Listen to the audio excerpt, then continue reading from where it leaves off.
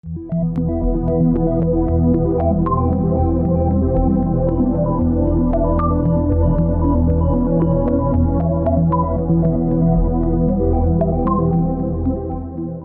ver então como é que se faz o rastreamento do câncer de mama.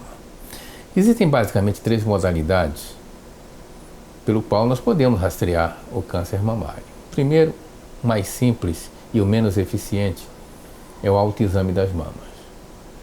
Há controvérsias em relação à utilização do autoexame, qual seja, a própria paciente realizar a palpação mamária no sentido de identificar uma alteração, um nódulo, uma condensação que possa chamar a atenção e isso possa desencadear um diagnóstico mais eficiente através de outros métodos.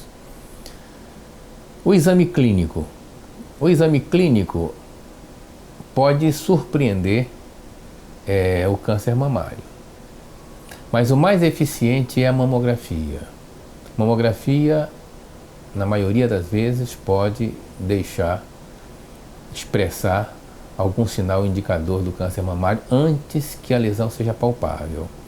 Faz exceção naqueles casos de mama muito densa, onde a mamografia, pelo fato da mama ter grande quantidade de tecido fibroglandular, ela não consegue identificar ou demonstrar a presença de um câncer, de um nódulo, por exemplo.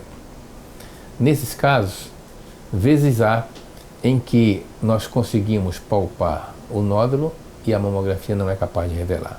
É uma deficiência do próprio método.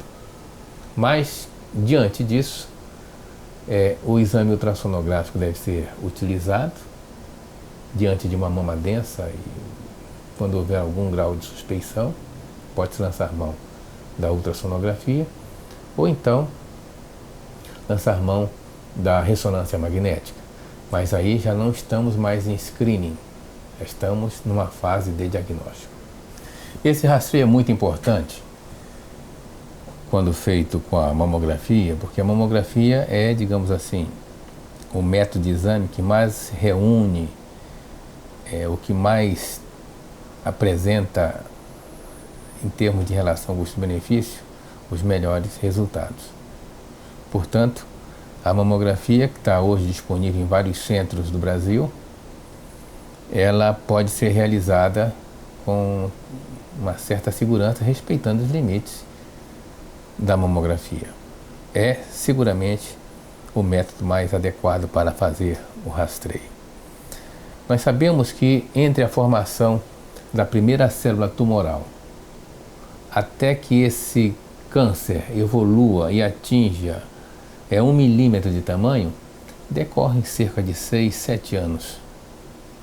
Nessa fase, o nódulo ou a lesão não é detectada. Mas à medida que evolui, quando ele atinge mais 3, 4 anos, ele vai atingir 1 centímetro. Aí então, a mamografia já é capaz de detectá-lo. Se detecta um nódulo com 1 centímetro ou menos, as chances de cura dessa paciente é muito elevada. Por isso, a importância de se fazer a mamografia. E lembro que um nódulo de 1 centímetro não é palpado pelas mãos do clínico. E a mamografia se antecipa em que 1, 2 anos ou mais a identificação através da palpação. Por isso é que não cansamos de enfatizar a necessidade da realização da mamografia. E essa mamografia deve ser realizada quando a mulher atinge os 40 anos de idade. A partir dos 40 anos de idade, portanto, todos os anos ela deverá submeter-se à mamografia.